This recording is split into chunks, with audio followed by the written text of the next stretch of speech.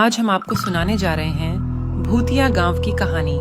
कहानी को शुरू करने से पहले यही निवेदन है कि आप हमारे डूडल ड्रीम्स एनिमेशन स्टूडियो को सब्सक्राइब करें और शेयर करें। दिन की चमक ढल रही थी और एक छोटे से गांव में शांति छाई हुई थी। लेकिन उस गांव के पास एक पुरानी हवेली का सुनसान सिरा था, जिसे सुनने के लिए बच्चे डर से भाग जाते थे।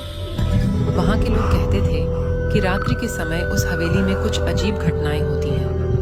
एक रात एक युवक नामक राज ने उस हवेली की ओर बढ़ता हुआ देखा। हवेली के दरवाजे की चौंकाने वाली आवाज सुनाई दी और राज ने धीरे से दरवाजा खोला।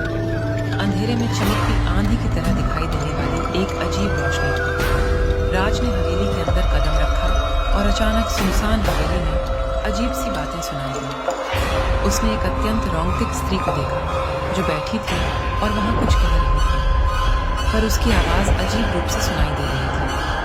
राज ने धीरे से आगे बढ़ते हुए उस स्त्री की ओर बढ़ा और उसने देखा कि वह एक पुराने समय की आत्मा थी जो अपने पिया के साथ मिलकर यहाँ बसी थी। राज ने महसूस किया कि इस आत्मा को शांति की आवश्यकता है और उसने श्राद्ध किया। आत्मा ने राज का आभार व्यक्त किया और शांति से हवेली छोड़ी। उस दिन के बाद वह गांव में फिर कभी डर की आवाज नहीं सुनी गई और हवेली का माहौल भी शांत हो गया।